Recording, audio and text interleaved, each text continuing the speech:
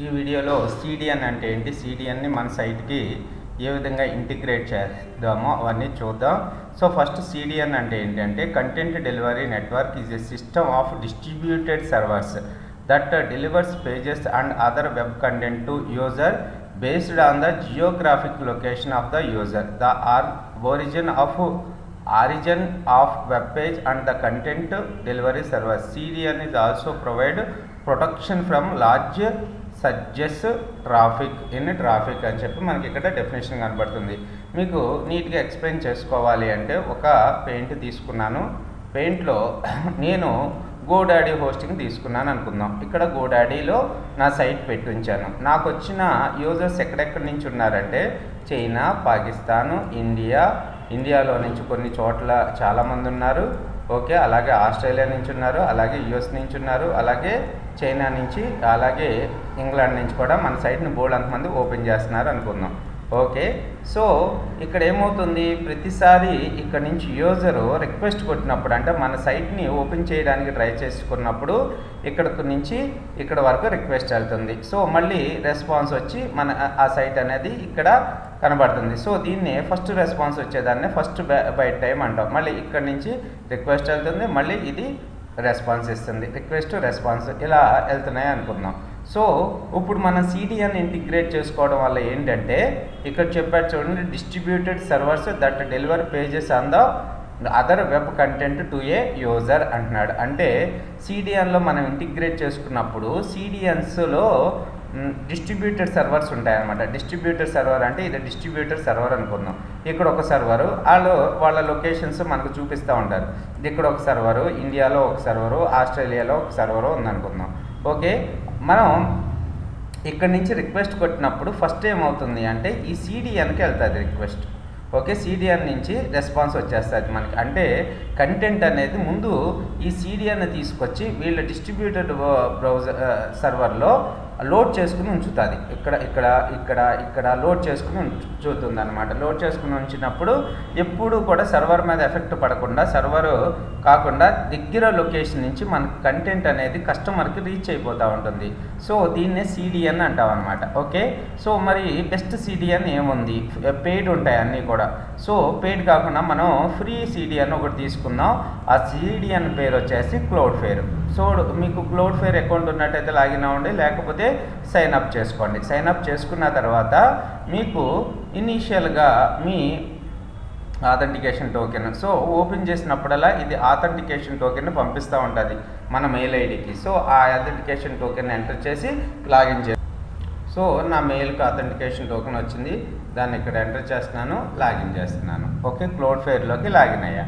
ఇక్కడ నేను ప్రీవియస్గా sivaitisoft.comని ఎంటర్ చేసి ఉంచాను, అందుకని చెప్పి, లేకపోతే మీకు ఇక్కడ ఎంటర్ యువర్ వెబ్సైట్ అని చెప్పి ఆ సెటప్స్ అన్నీ కనపడుతూ ఉంటుంది. సో ఇప్పుడు నేను ఏం చేస్తున్నానంటే యాడ్ న్యూ సైట్ని ఎంటర్ చేయండి. మీరు ఎన్ని సైట్లు ఒకవేళ 10 సైట్స్ ఎంటర్ చేయాలనుకున్నారనుకోండి, 10 సైట్ని కామా సపరేషన్లో పెట్టుకోండి.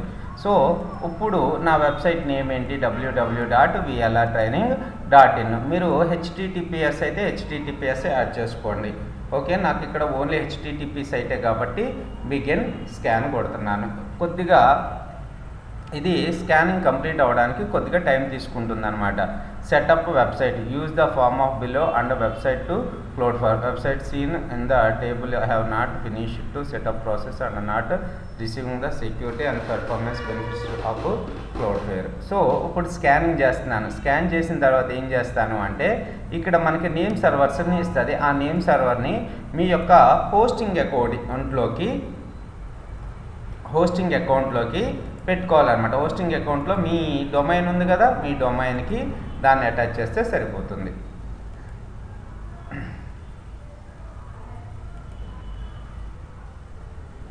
సో నా హోస్టింగ్ అకౌంట్ కూడా ఆన్ చేసి పెట్టుకున్నాను. ఇక్కడ యాడ్ వెబ్సైట్స్ దగ్గర అయిపోయిందా, కంటిన్యూ టు సెటప్ అంటున్నాడు. ఓకే, ఇక్కడ ఏమంటున్నారు, ఇక్కడ ఏవైతే ఆప్షన్స్ ఉన్నాయో అవన్నీ కూడా మీరు ఎనేబుల్ చేసుకోండి. మీరు ఇక్కడ ఎనేబుల్ చేయగలిగే ఆప్షన్స్ ఫ్రీగానే ఇస్తున్నాడు కదా వీడు, రైట్.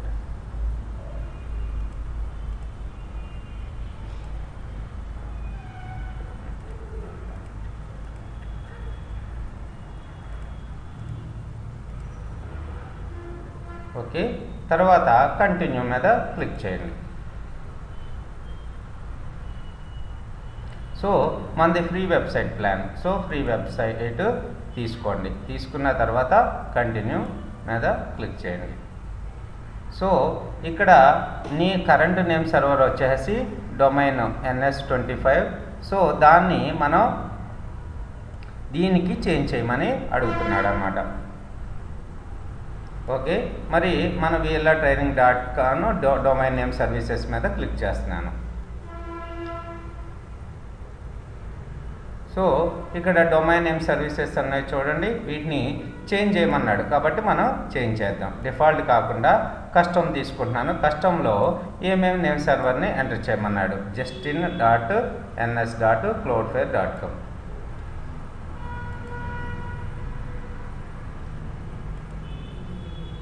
మీరు నావి ఎంటర్ చేయకండి. ఓకే, మీరు కొంతమంది నా నేమ్. ఓకే, సో తర్వాత యాడ్ నేమ్ సర్వర్స్ మీద క్లిక్ చేయండి. Sorry, okay, cancel. ఇది ఇంకో నేమ్ సర్వర్ ఉందనుకుని సేవ్ కొట్టండి. ఓకే, నేమ్ సర్వర్స్ కూడా మనకి features may be unavailable while the process your updates, some of updates require the confirmation, please check your interest possible confirmations అంటున్నాడు. అంటే ఒక్కొక్కసారి కన్ఫర్మేషన్ మెయిల్ వస్తుంది, ఆ కన్ఫర్మేషన్ మెయిల్ మీద క్లిక్ చేయండి. సో ఇప్పుడు కంటిన్యూ మీద ప్రెస్ చేశాను. రీచెక్ నేమ్ సర్వర్స్ అని చెప్పి కొడుతున్నాను.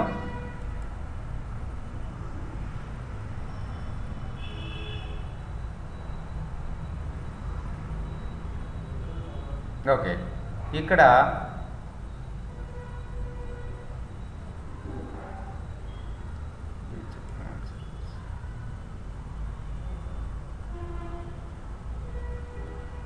ఓకే నేమ్ సర్వర్స్ని కాసేపు అయిన తర్వాత చేద్దాం, రీచెక్ చేద్దాం. అప్పుడు మనకు కన్ఫర్మేషన్ అయిపోయి ఉంటాయి. మన దాంట్లో అంతకుముందు శివ ఐటీ సాఫ్ట్కి ఉంది కదా,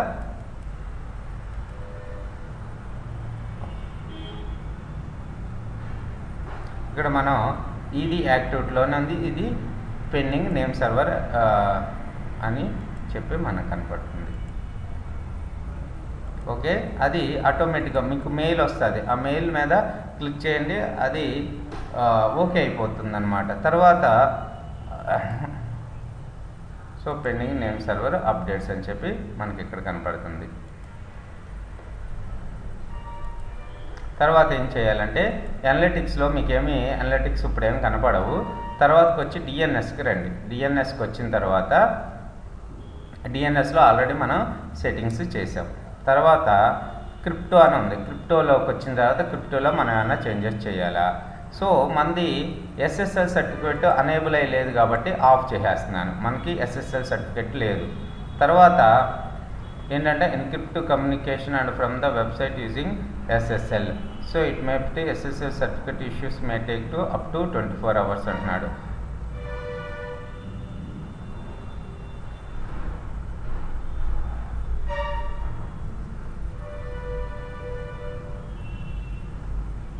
రిక్వైర్ మోడర్న్ TLS.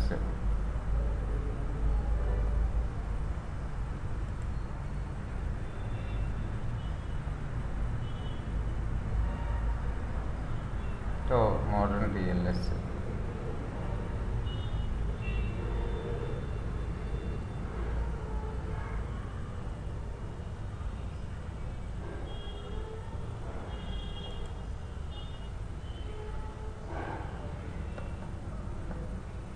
మనకి HTTPS లేదు.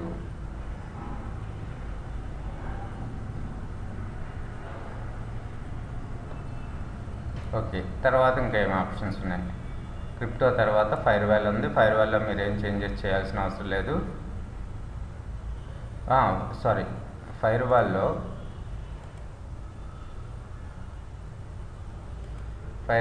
మీరు సెక్యూరిటీ లెవెల్ మీడియంని చూజ్ చేసుకోండి. Change passage special along visitor with in bad IP request allowed. So వీటినన్నిటిని బై డిఫాల్ట్గా ఉంచేసుకోండి. తర్వాత చూసుకున్నట్టయితే యాక్సెస్, సో అక్కడ ఏమి లేదు. స్పీడ్లో మీరు జావా స్క్రిప్ట్ HTML దీన్ని ఏది ఎనేబుల్ చేయకండి. తర్వాత పాలిష్ లేదు మనకి option, enable accelerated mobile link, so on చేసుకోండి ఇక్కడ. తర్వాత రాకెట్ లోడర్ ఆఫ్లోనే ఉంచేయండి. తర్వాత మొబైల్ డైరెక్ట్ వీటి జోలికి మీరు వెళ్ళకండి. తర్వాత క్యాచింగ్, సో ఇక్కడ క్యాచింగ్ లెవెల్ వచ్చి నో క్వరీ స్ట్రింగ్ తీసుకోండి మీరు. తర్వాత వచ్చేసి బ్రౌజర్ క్యాచ్ ఎక్స్పైరేషన్ అని ఉంది కదా, మీకు 1 month తీసుకోండి. ఓకే,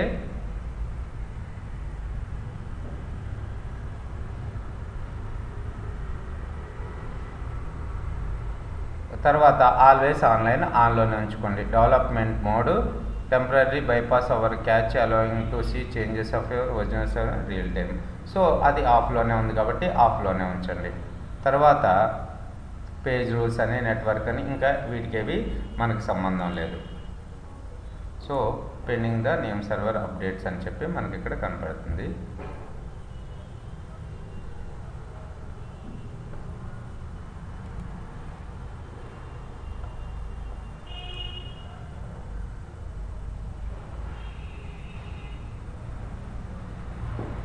వన్స్ పర్ అవర్ అంట. ఓకే, 1 hour తర్వాత మనం చెక్ చేసుకుందాం. ఈ విధంగా మనం CDNని మన సైట్కి ఎనేబుల్ చేసుకోవచ్చు. ఈ CDN ఎనేబుల్ చేసిన తర్వాత ఇక్కడ మంది ఇంకా ఎనేబుల్ అయ్యి లేదు, అందుకని ఒకసారి sivaitsoft.comని చూపిస్తాను. ఓకే, అనలిటిక్స్లో నేను ఏమేమి చేశానో చూడండి. అనలిటిక్స్లో రిక్వెస్ట్లు చూసుకున్నట్టయితే మీకు తెలిసిపోతూ ఉంటుంది. Cached request 376, total request 2063, uncached request 1687. తర్వాత bandwidth usage, total bandwidth 45, cached bandwidth, uncached bandwidth అని చెప్పి మనకి ఇవన్నీ చూపిస్తుంది. యూనిక్ విజిటర్స్ ఎంతమంది వచ్చారు మనకి, టోటల్గా 545 యూనిక్ విజిటర్స్ వచ్చారని చూపిస్తుంది. ఓకే, తర్వాత డిఎన్ఎస్లో నేను ఈ సైట్ పర్పస్ ఏమేం చేశాను, తర్వాత క్రిప్టోలో ఏమేం చేశాను,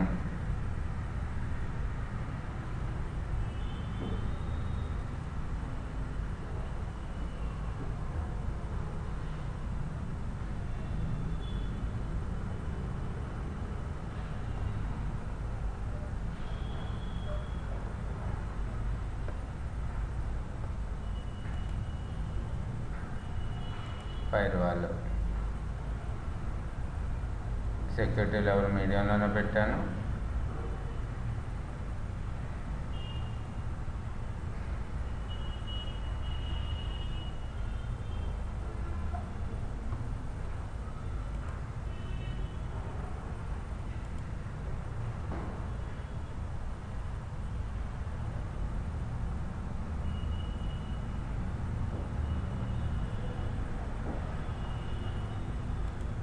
క్యాచింగ్ నో రిస్ట్రింగ్ పెట్టుకున్నాను. ఇక్కడ బ్రౌజర్ క్యాచ్ ఎక్స్పైరేషన్ కూడా 1 month పెట్టుకున్నాను. ఆల్వేస్ ఆన్లైన్ని ఆన్లో పెట్టాను. ఓకే, సివైటీ సాఫ్ట్ పర్పస్, అలాగే VLR Training.in కూడా అలాగే పెట్టాను. Okay, so next video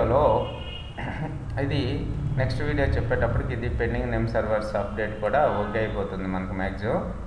next వీడియోలో మీకు చూపిస్తాను. ఏమన్నా మనకి స్పీడ్ పెరిగిందా అనేది నెక్స్ట్ వీడియోలో ఎక్స్ప్లెయిన్ చేస్తాను.